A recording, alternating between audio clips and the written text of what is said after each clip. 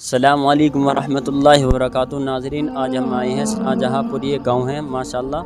تو اس گاؤں میں ہمارا آنا ہوا ہے، تو کچھ ہمارے بھائی ان کے سائڈ میں بیٹھے ہیں، تو ان سے میں اسلامی سوال کروں گا، دیکھتے ہیں ماشاءاللہ کیسے جواب دے پاتے ہیں۔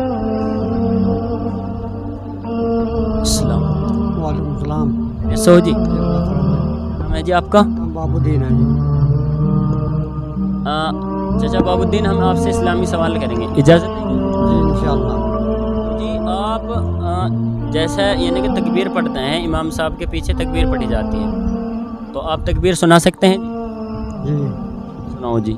اللہ اکبر اللہ اکبر اللہ اکبر اللہ اکبر، اشہد ان لا الہ الا اللہ اشہد ان لا الہ الا اللہ اشہد ان محمد رسول اللہ اشہد ان محمد رسول اللہ، حی علی الصلاۃ حی علی الصلاۃ حی علی الفلاح حی علی الفلاح، قد قامت الصلاۃ قد قامت الصلاۃ، اللہ اکبر لا الہ الا اللہ۔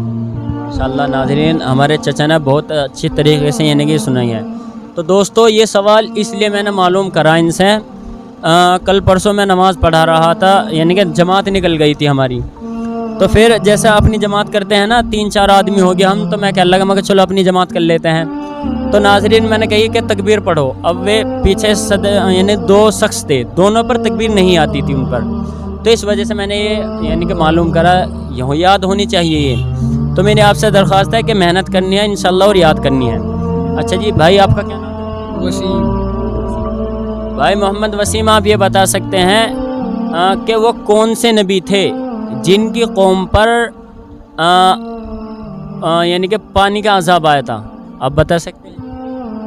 اس بارے میں نہیں پتہ جی۔ اچھا، یہ بتا سکتے ہیں آپ کہ جن کی قوم کو اللہ تعالی نے بندروں کی شکل میں تبدیل کر دیا تھا، مسخر کر دیا تھا، بندر اور خنزیر کی آزمائی سے ذہن دوڑا ہوا۔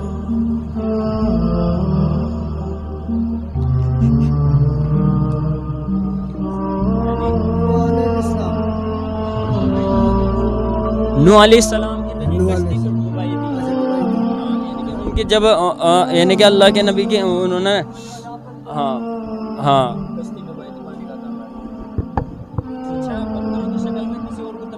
کوئی سے اور کی یعنی کہ وہ ہوتی وہ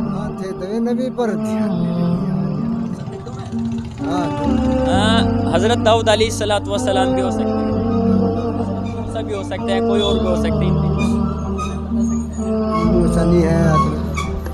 داؤد علیہ السلام ہی ہوں گے جی۔ داؤد علیہ السلام ہے وہ ناظرین۔ اچھا ابا جی، آپ یہ اور بتا سکتے ہیں کہ جیسے ہم تراویح پڑھتے ہیں، تو تراویح پڑھنے میں 4 رکعت کے بعد میں بیٹھا جاتا ہے، تو اس میں کچھ پڑھا جاتا ہے، آپ بتا سکتے ہیں کہ کیا پڑھا جاتا ہے؟ سبحان ذی الملک والملکوت سبحان ذی العزت والعظمت والہیبۃ القدرۃ کبریاء وجبروت سبحان ملک الحی الذی لا ینام ولا یموت سبوح قدوس ربنا رب الملائکۃ والروح اللہم اجرنی من النار یا مجیر یا مجیر یا مجیر۔ ماشاءاللہ، تو صحیح سنائی ہے۔ تو ناظرین، اب بھیاہین سے بھی سلیمان۔ اچھا بھائی محمد سلیمان، آپ یہ بتا سکتے ہیں کہ سب سے پہلے دنیا میں جو نبی آئے ہیں ان کا کیا نام ہے؟ آپ بتا سکتے ہیں؟ حضرت آدم علیہ السلام۔ ماشاءاللہ، رائٹ جواب ہے۔ اچھا بھائی، یہ اور بتا سکتے ہیں آپ کہ وہ کون سے نبی تھے جن کے دادا بھی نبی تھے اور وہ خود بھی نبی تھے، ان کے بیٹے بھی نبی تھے اور ان کے پردادا بھی نبی تھے؟ آپ بتا سکتے ہیں کہ وہ کون سے نبی تھے؟ حضرت اسماعیل علیہ السلام۔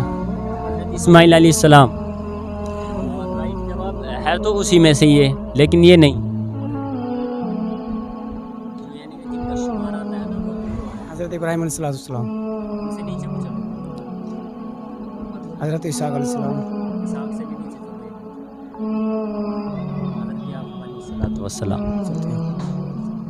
حضرت یعقوب کے ناظرین یعنی کہ جو باپ تھے وہ اسحاق تھے، اسحاق کے باپ پھر یہ تھے یعنی کہ اسماعیل تھے، اسماعیل کے باپ ابراہیم تھے۔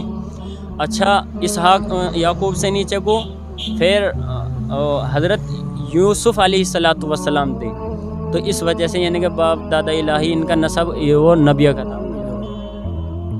اچھا، آپ یہ اور بتا سکتے ہیں کہ ہمارے نبی پر